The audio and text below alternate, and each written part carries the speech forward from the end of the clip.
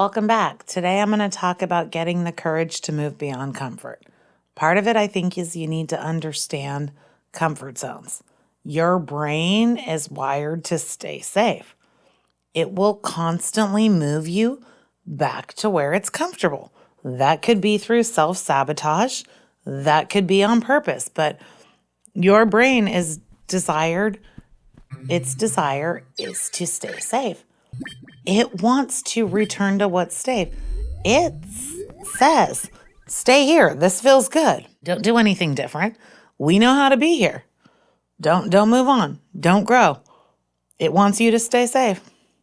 So I think you need to understand that you are going to fight yourself as you try to expand. Being aware of that will probably be the most helpful piece of this. Expanding a comfort zone will create additional safety. Think about it like you have this little circle and you expand it. You're going to teach your brain to be safer with more room to expand. The easiest way to do that is small experiments. What does that mean? Little teeny small things that will help you grow. For me, I like to think about things in a priority 1, 2, 3 environment. So when I was learning how to walk again, this is where this technique came in. They were saying the goal was, as I started improving, well, now that you can walk across the room without a walker, you couldn't stand up without one, but I could walk across the room. They were like, now we want you to get to a mile. And I was like, are you crazy? Like, I can't even walk around the block. So I decided if that's the goal and that's what I need to get to, how do I break that down? I mean, my body didn't want to respond. My brain knew that I wanted to get better, but it fought to keep me where I was at. Priority 1, 2, 3 made sense. So walking across the room without a walker was priority 1. So that might have been that I got up to walk every day. I wasn't allowed to walk by myself yet because there was fear of me falling and getting hurt. I had to walk with somebody. So priority 1 was we would be walking around the court and I would have them take my walker and move it 3 driveways ahead of me, and I would walk to the walker. Priority 2 was I would walk with a cane. Priority 3 is I would walk down my driveway and to the edge of the court, which was about 1 house, with my walker, because that's all I had. So think about that for a minute. I'm firing on all cylinders. I have all my strength. If you've heard my story, they didn't even in the beginning let me take a shower on the same day that I was walking. My body could not do both. I did not have the physical strength to do both in the same 24-hour period. But I could do the walk at the same time every day. I went with my walking partner. Luckily, that was my mother. Bless her soul for taking care of me. Now, then that next became stretching that comfort zone to, let's say it took 90 days, 60 days, whatever. But then as we started improving, priority 1 came that I would just walk holding her arm. Priority 2 was I would take the cane.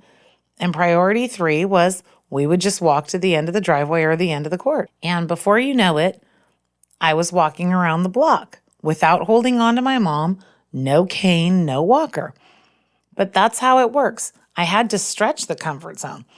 My brain went into full-on overwhelm thinking about when they said, yeah, now we'd like you to walk a mile without holding on to anything. What? I fought too hard to get here. Now you want me to go further? And that's part of what they do medically. They give you challenges and ask you to live up to them. But there's no real way to get there. It's overwhelming. How do you bridge that gap? Well, you start by priority 1, 2, 3. I'm going to consistently get up and create this habit loop. I needed the habit loop that forced me to walk every day.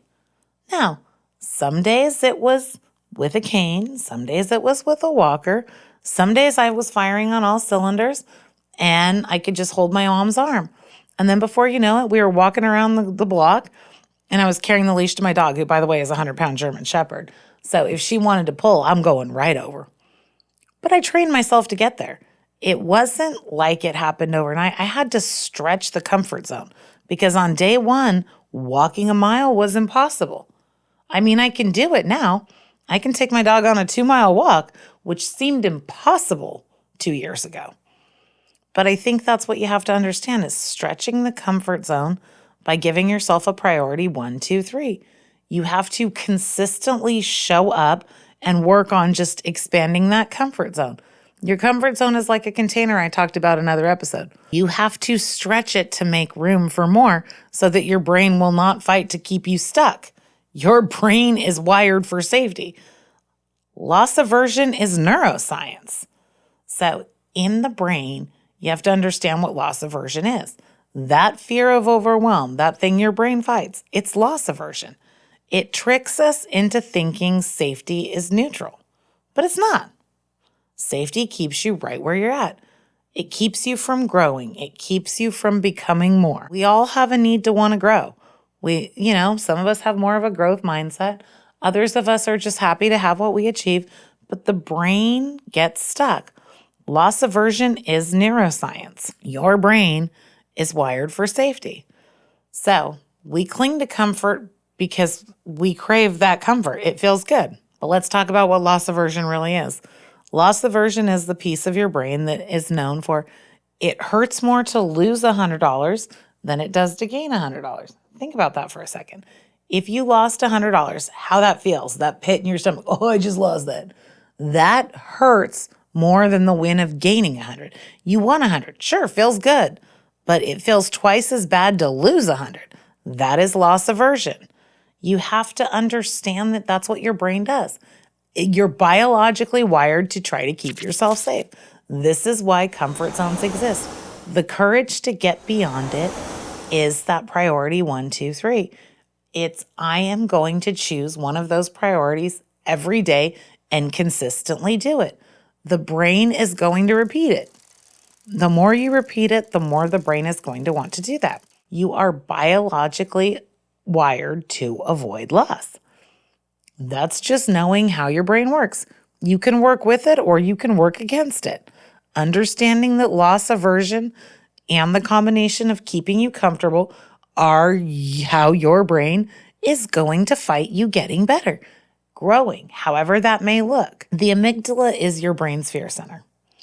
You don't have to be fearless, but you're just going to fear less. That's all. I don't have to be fearless. I'm just going to choose to fear less. I'm going to tell my brain I'm going to fear less. And you know what? It's going to filter in all the more reasons that I'm not fearful, all the reasons that I can have courage because I'm choosing to fear less. Just like before in an episode when I talked about a client who trained himself to be happy. You're doing the same thing. That's comfort. That RAS filter that I talk about a lot. Think about that as you might be easier and more comfortable to say, I'm not fearless. I just choose to fear less. I am becoming somebody who fears less. That's not just personal growth. It's natural evolution. It's literally evolving yourself to the next level because you're expanding that comfort zone while bypassing the fear center. Every time you choose comfort over growth, there's a silent trade-off. Might feel more comfortable today, but there's a silent trade-off. You keep yourself from growing. You keep yourself from your potential. You keep yourself from shining even brighter. Many of us are at a place in life where we're okay with where we got. We've done a lot of work to get here. Great. Congratulations. I applaud you. I've done a ton of work to get here too. Our stories are different, but congratulate yourself for all you've done. But you are now in a comfort zone, and to grow, to evolve, to raise to your higher vibration, to raise to your higher self, you have to stop choosing comfort. And knowing that your brain is going to fire in the amygdala and try to keep you safe because it's fearful. It's fearful of change. Change is inevitable. I had to choose growth and not comfort. That was literally life or death for me. I pray that none of you have to go through that. I was healing. Fully uncomfortable in every way. It wasn't just heal and learn to walk again. It was like while you're doing it, please create a whole new lifestyle and a whole new version of you. Please let the old you die and stop repeating those habits so that new you can emerge. Because if you don't do that, life or death. You want to talk about uncomfortable? Try facing life or death. I had to learn small steps. Those priorities, 1, 2, 3. filtering in, I'm happy, I'm peaceful. To this day, one of my mantras is, girl, today you are to stay hydrated and not raise your blood pressure, which kind of is my version of, if it takes my peace, it's too expensive. Because you know what? Ending up back in a hospital with my heart not working or my brain not functioning, I am not willing to do that. You want to talk about my amygdala firing off in fear? That's my unhappy place. That is my terrible place that I will never go back to. I pray none of you ever have to live through that. But I had to start acting like the healed version of me. That priority 1, 2, 3 made it manageable on the day-to-day, minute by minute, hour by hour. I was getting better. But if I focused on how was I going to walk around that block, my brain went into full-on tilt again. I went into fear and I got stuck. I could get frozen in place from it. But I think that's how comfort works. You just have to stretch a little bit. Your comfort zone is a container within you. You can stretch it a little bit. I mean, sure, it sounds great to be somebody new. Again, if you got the chutzpah to go sell off everything and run away to a mountain and reinvent yourself, I applaud you. I don't have that in me. I'm not willing to do that today. Maybe later.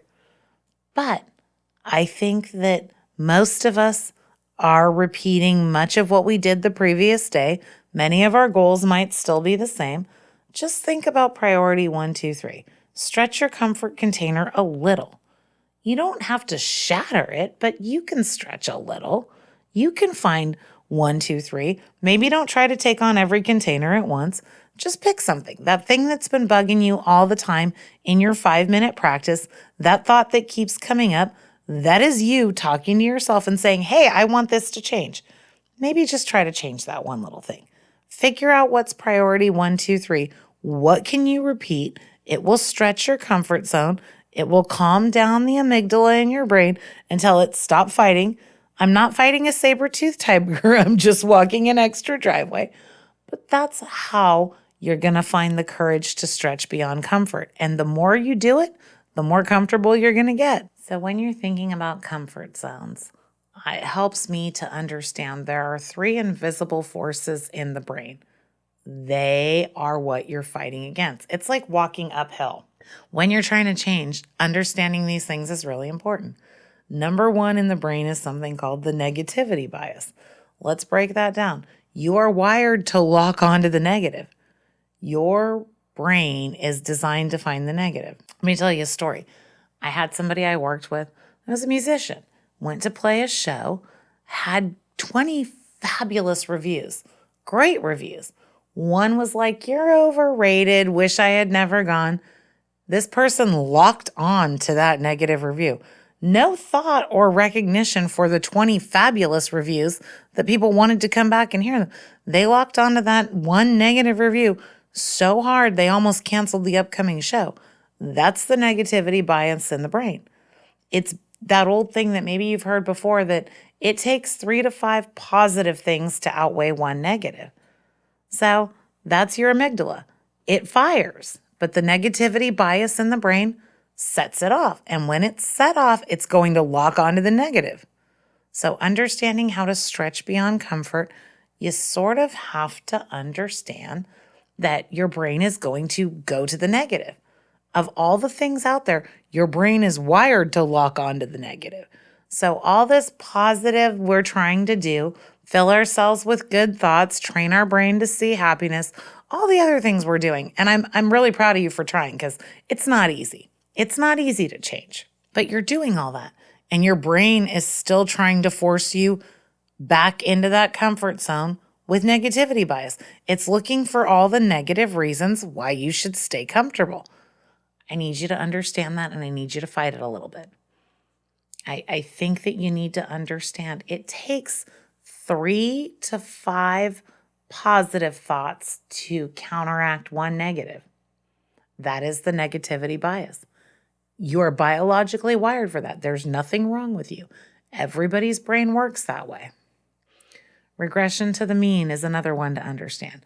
This is more of a statistical thing, but there are outliers. Over time, you will regress back to the standard. Have you ever had a terrible week? When it rains, it pours. It's all of that. But you've been there. You've had a terrible week. It rains, it pours. Everything goes wrong. Your spouse yelled at you. Your boss was a jerk.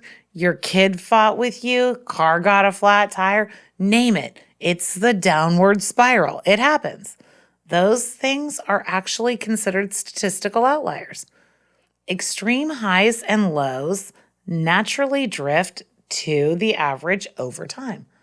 Like if you look at athletes' stats, right? Most of them regress to where they are. Sure, there's outliers. There's super talented people. I personally have no athletic ability, but I find the ones who do fascinating. Wish I could, but I will regress back to the me that I am. Now, there will be outlying days. I mean, there's plenty of those stories. David and Goliath, the underdog wins, but statistically, you will regress back to the mean. There are outliers. Your brain will make up dramatic stories. It will make up dramatic things. So your worst days are rarely indicators of how your life is going. And congratulations, you've survived 100% of your bad days. Do you remember having those moments when you thought nothing good would ever happen? Oh, this is going to fall apart. I remember somebody that broke my heart when I was younger. Name that sad song.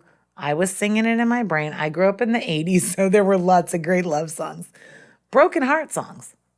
But yes, to this day, I can think about that person and it still hurts. But over time, it gets easier.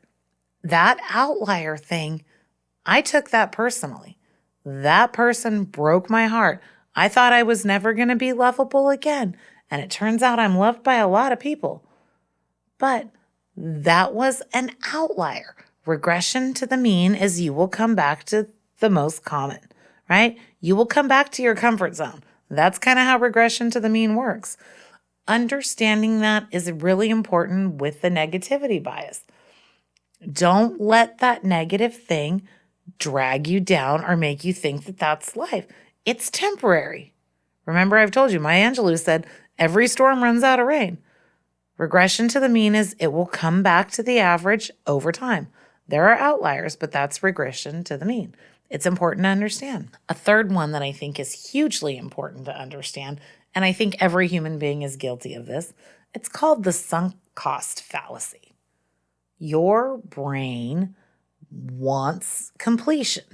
The belief that you should keep investing time, money, resources into something because you've already invested in it. Like how many times you're like, okay, I spent all this time and money on this. I'm going to keep going. Well, maybe it's not in your best interest. Maybe that's not the negativity bias. Maybe that's not regression to the mean. Maybe you should just give it up. Now, that's not to say give up on everything, but you have to ask yourself, is that still serving me? Is that in my best interest? Sacrificing your future for your past is probably not a good idea. Your brain hates the idea. It hates the idea.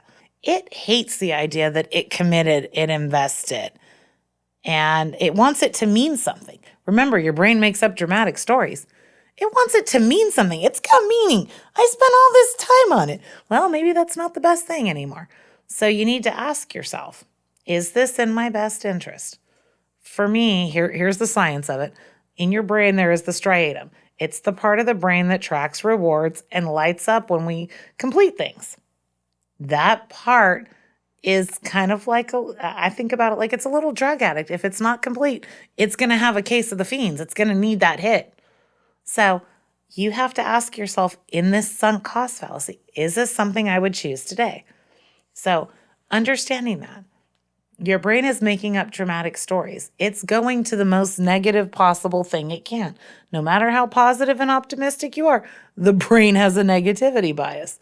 The brain will regress to the mean regardless of what stories it's making up.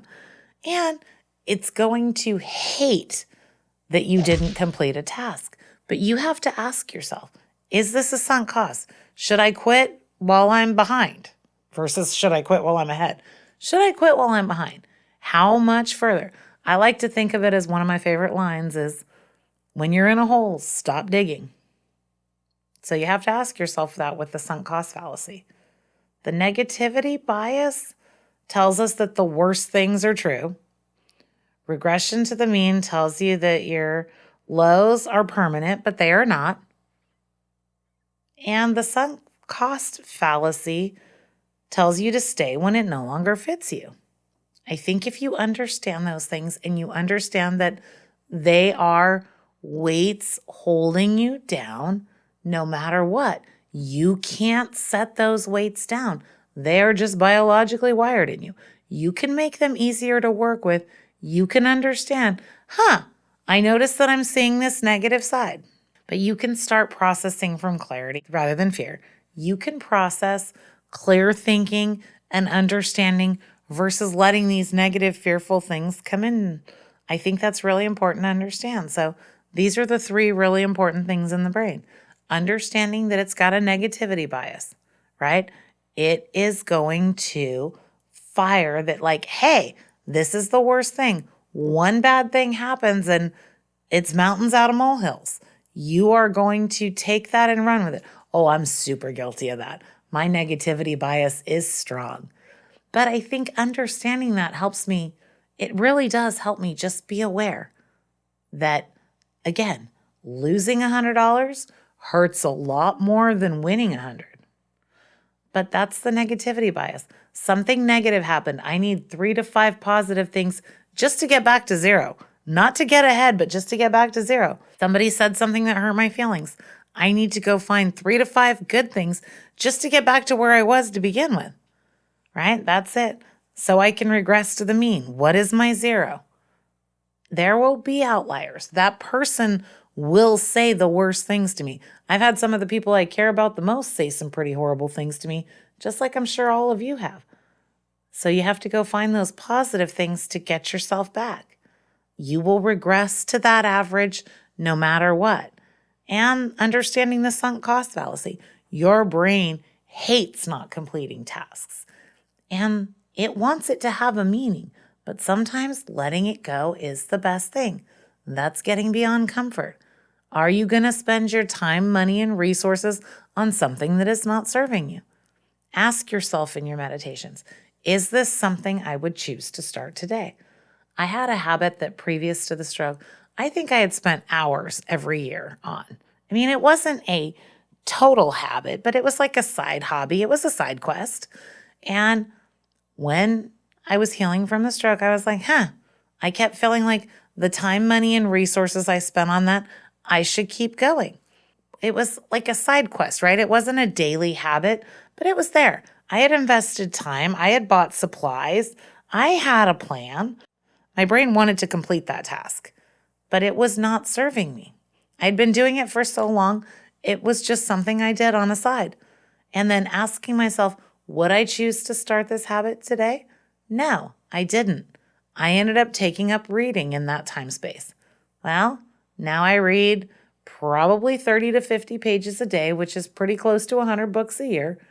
And I had that space for something new to come in. But that's the sunk cost fallacy at work. I had invested time, money, resources towards this side quest, and I gave it a new one, which actually ended up serving future me a lot better. So now that we've understood some of the things that your brain fights you on, I want you to think about meeting yourself where you're at. I want you to be aware of future you. I want you to be aware of who you're becoming, but to really stretch the comfort zone, meet yourself where you're at. Find where you're comfortable today. Keep moving in the direction of future you. What are you becoming? Tell yourself you're becoming that. Every day I was getting better. Now I'm a success in progress. And I keep myself where if it takes my peace, it's too expensive. You can find what mantras work for you, what things you tell yourself. You're going to train the filter in your brain. That's really important. But I need you to meet yourself where you're at. I need you to just be proud of yourself for how far you've come. Stop focusing on how far you have to go. The negativity bias in your brain is going to want you to do that. How about just say, here's where I'm at today. Today is okay. You are enough. It is amazing how enough you are. Think about that. Meet yourself where you're at. There's room for growth, but that doesn't mean today you is not good enough. You are 100% good enough just for existing. So when you think about that, notice one place where the negativity bias is speaking up. Notice it. Where do I constantly beat myself up? What is the thing I tell myself every day I'm not good enough at? That is the negativity bias. It's getting the loudest. Question it. Why do I feel that way? Why am I talking to myself that way? What would I like to be different? Just simply notice where it's speaking the loudest and question it. That's it. Remember your 5-minute daily practice. Now I'm going to ask about that thought. Where is this creeping up? Where is it louder than all my other thoughts? And just question it. That's all you're going to do. Notice in the one place where you're in a temporary dip. Give yourself some grace. Hey, I had dreams of being X by now. I should be here by now. We've all done it to ourselves. How about give yourself a little grace? It's just a temporary dip. You've been working hard at this, whatever it is. You've been working hard at it, maybe even in places nobody saw. Give yourself a little grace. You're enough just as you are. The negativity bias in your brain is telling you that you're not, but you are. Meet yourself where you're at. Where you're at is just okay. You can look to grow, but you don't need the pressure to be perfect. You don't need the pressure to change overnight. Just meet yourself where you're at. You're okay just as you are. Knowing these things will make you better, but you don't have to be better today. You just have to make steps in the right direction. Notice where you're holding on because of a past investment. Ask yourself if you'd choose that today. Remember in the sunk cost fallacy, right? I've invested time, money, resources into this habit. I should keep going. Well, maybe not. Ask yourself, would I choose to start this today? It might have served a past version of you, but it's not necessarily serving future you.